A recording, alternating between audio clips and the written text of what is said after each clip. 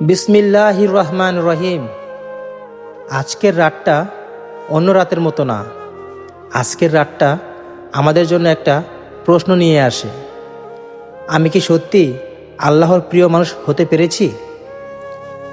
আমরা সারাদিন ব্যস্ত থাকি, কেউ পড়াশোনায়, কেউ চাকরিতে, কেউ সংসারে, কিন্তু আল্লাহর জন্য সময় বের করতে আমাদের সময় শেষ হয়ে যায়।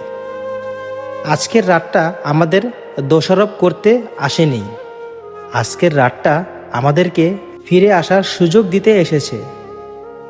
আমরা অনেক সময় ভাবি, আমি তো অনেক গুনাহ করেছি, আমার আর আল্লাহর কাছে যাওয়ার মুখ নেই। কিন্তু সত্যটা হলো, আল্লাহ কখনো বলেননি তুমি বেশি গুনাহ করেছ আর এসো না। বরং আল্লাহ বলেন, হে আমার বান্দা, তোমরা নিরাশ হইও না। আজকের রাতে আল্লাহ আমাদের আমল শুনছেন না, আজকের রাতে আল্লাহ আমাদের মন দেখছেন। এই মনটা কি এখনো তার দিকে ফিরতে চায়? তুমি তরুণ হতে পারো, তোমার অতীত ভুলে ভরা। তুমি বৃদ্ধ হতে পারো, তোমার মনে আফসোসে ভরা। তুমি মাঝারি বয়সের হতে পারো, সংসার আর দুশ্চিন্তায় ডুবে আছো। কিন্তু আল্লাহর দরজায় বয়স দিয়ে বিচার হয় না, নিয়ত দিয়েই বিচার হয়।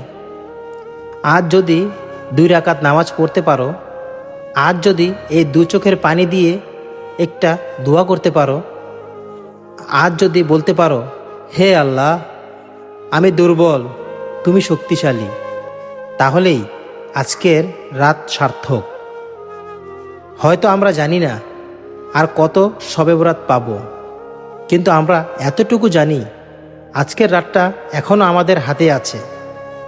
চলো, আজ কাউকে দেখানোর জন্য নয়, লোকের প্রশংসার জন্য নয়, শুধু আল্লাহকে খুশি করার জন্য একটু দাঁড়াই। হয়তো এই এক রাতেই তোমার, আমাদের সবার আল্লাহর সাথে সম্পর্কটা নতুন করে গড়ে উঠবে ইনশাআল্লাহ। যে আজ ফিরে আসে, আল্লাহ তাকে কখনো খালি হাতে ফেরান না।